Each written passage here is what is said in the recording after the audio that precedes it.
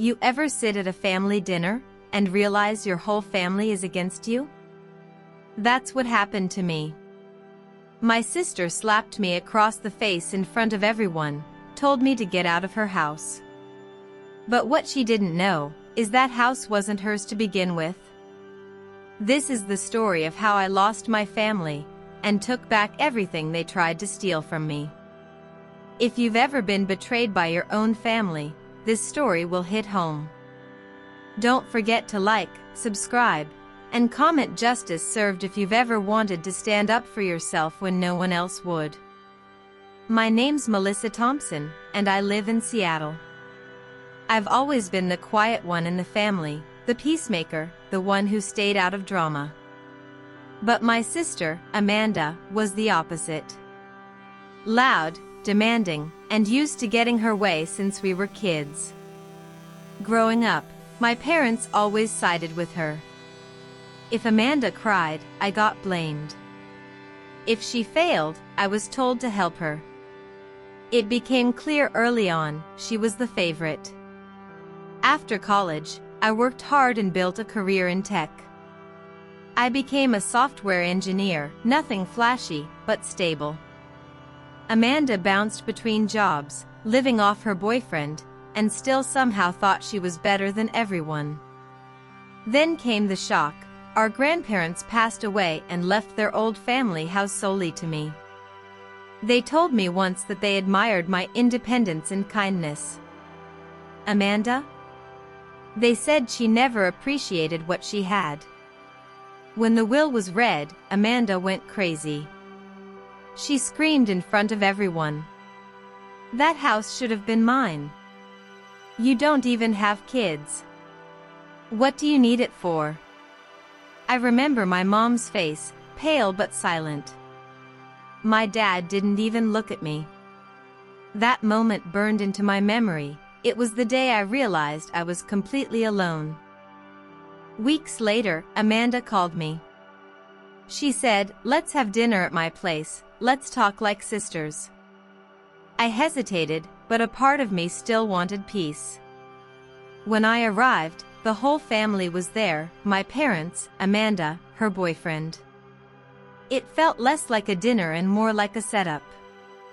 We ate quietly at first.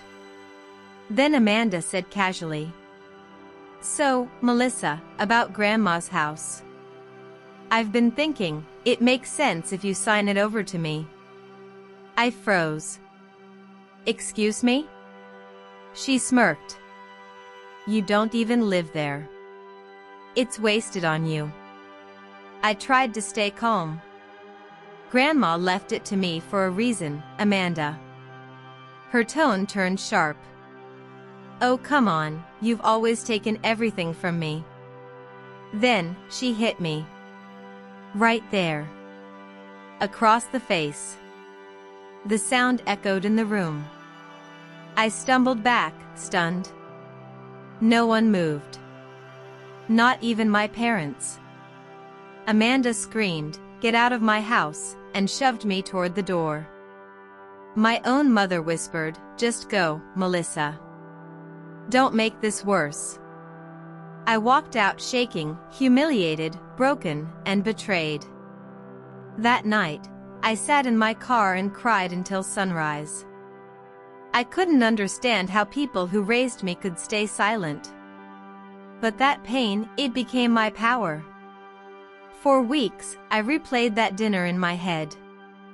The slap. The silence. The shame. But beneath the hurt, a new thought grew. They think I'm weak. They thought I'd just walk away quietly, again. But not this time. I went through the property papers. Since my grandparents left the house to me, Amanda had no legal claim. But guess what? She was living there. She'd moved in right after the funeral, telling everyone the family would live there together. She'd even changed the locks on my house. I contacted a lawyer and confirmed, legally, I could sell it any time I wanted. And so, I began my quiet revenge. First, I had my lawyer draft an official eviction notice, giving Amanda 30 days to vacate the property. Then I listed the house for sale, discreetly, through a private real estate agent. No drama. No warning.